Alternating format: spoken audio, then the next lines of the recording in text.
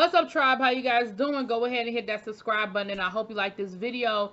This is going to be your review for RuPaul All Stars 7, and I'll have the right episode in the description box. But so this episode, this is the episode with the fairy tale episode.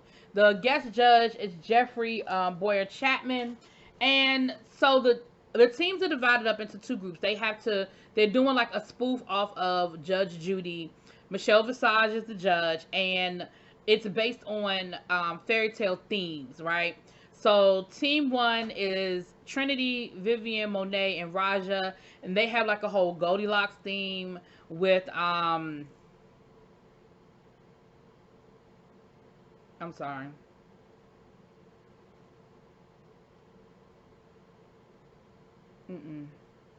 Not Raja. Not Raja. Um, oh shoot. He played the big bad wolf too. Um, dang. Sorry, Evie. I don't know why, because Evie Oddly played the actually Evie Oddly was in both skits. She was the main character in the fairy tale, the Goldilocks one, 'cause she played the big bad wolf. So I'm like, oh my gosh, the name totally escaped me. But so Trinity, gosh, I got all of this wrong. It's no, I had it right. I'm sorry, y'all, I had it right. Trinity, Vivian, Monet, and Raja. And then they were Goldilocks. I'm sorry. And then we had Jada, Eric, Jinx, and Shay, and Evie, and they played. They were the big bad wolf and the three pigs. I'm sorry, I had it all screwed up. My bad. I got it right now. But the first skit they did pretty well. Evie played the big bad wolf as like a pimp, trying to get all the three pigs were like his little women, trying to get them all in, get them all in line. And of course he was like, what you talking about? I didn't do nothing. I didn't blow down nobody's house. I didn't. And Monet plays like the straight character of, like when I say straight, I mean like I'm the attorney, I'm trying to get you off. And the big bad wolf just kept doing whatever the big bad wolf was doing. It was entertaining. It was really funny. It was really entertaining. The next group was Trinity, the Vivian, Raja. Was it Monet? I got these, y'all. I'm sorry, I got these teams all screwed up. But they played like they played like like I said, the Vivian did a great job, because the Vivian played Goldilocks and kept playing all these different characters, like all these different fairy tale characters. She was Hansel and Gretel, she was this person, she was that person. Every time another witness would come, she'd be like, no, that's not me. And she had all these different accents, and I mean, just definitely totally encompassed the character. So I think she did a really, really good job. If this were a real season of RuPaul, and what I mean by that is if they were actually critiquing people and they were actually going to be tops and bottoms and people were going home, definitely the Vivian should have won. I think Evie did pretty good. And again, like I said, Evie was in both of them. They were definitely the tops for me. Jada did okay. Trinity did okay, but definitely the scene stealer was the Vivian and Evie for me. For me, it was. So, oh shoot, I done tore my notes. So the man talk in this episode was pretty blah. They talked about their makeup, do you practice before you come, or you just kind of wing it?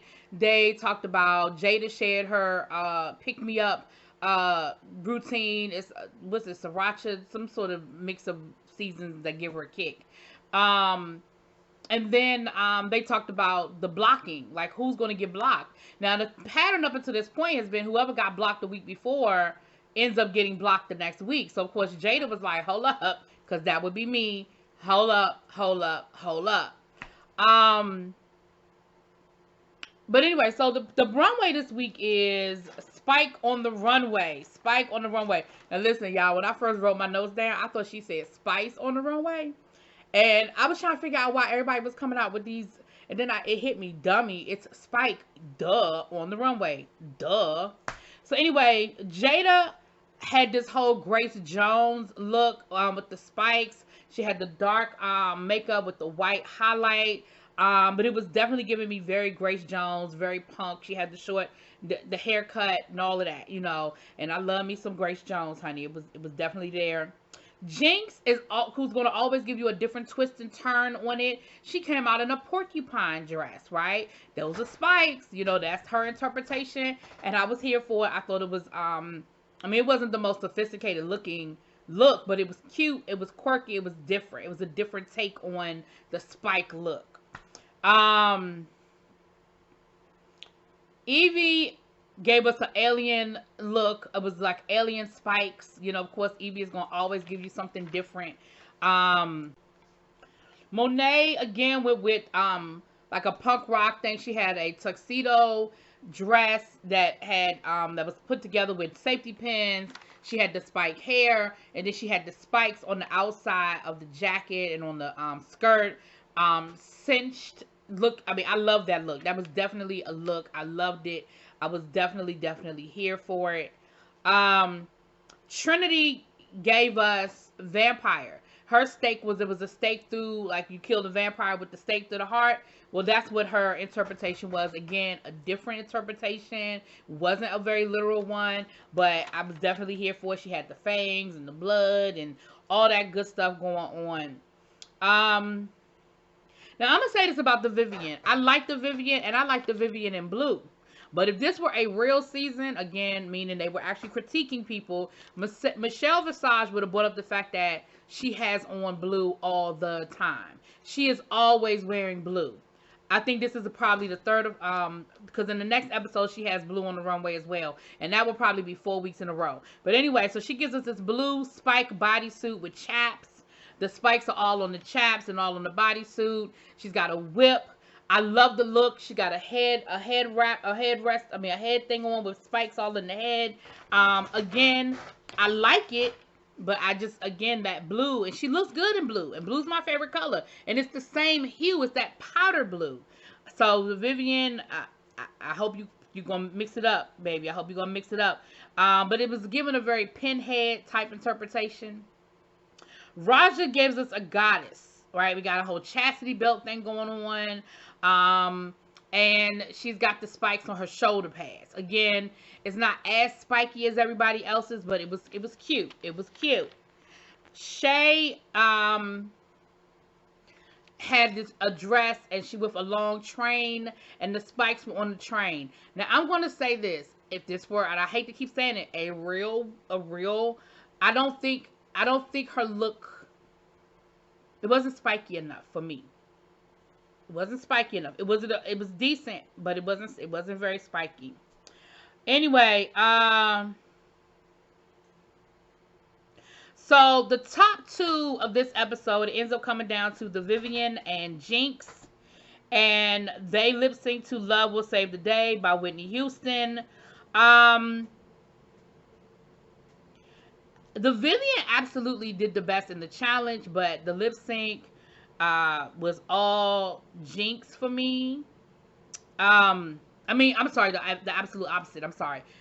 The lip sync was all Vivienne for me. Good Lord. It was the Vivienne. Baby, and so, anyway, the Vivienne won this lip sync, and it finally,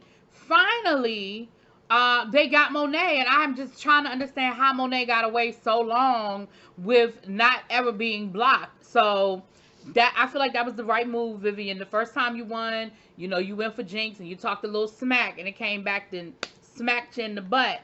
Because she's not eligible to win a star this week, but she did block Monet. So that was this episode. It'll be interesting to see where we go from here, because at this point now, everybody who has a star has been blocked, and we still have, I think, 2 queens that don't have a star at all.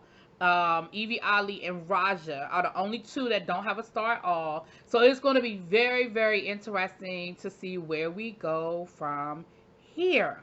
Let me know what y'all think. I know this review is late, but I'm trying to get caught up. I'll talk to y'all later. Peace.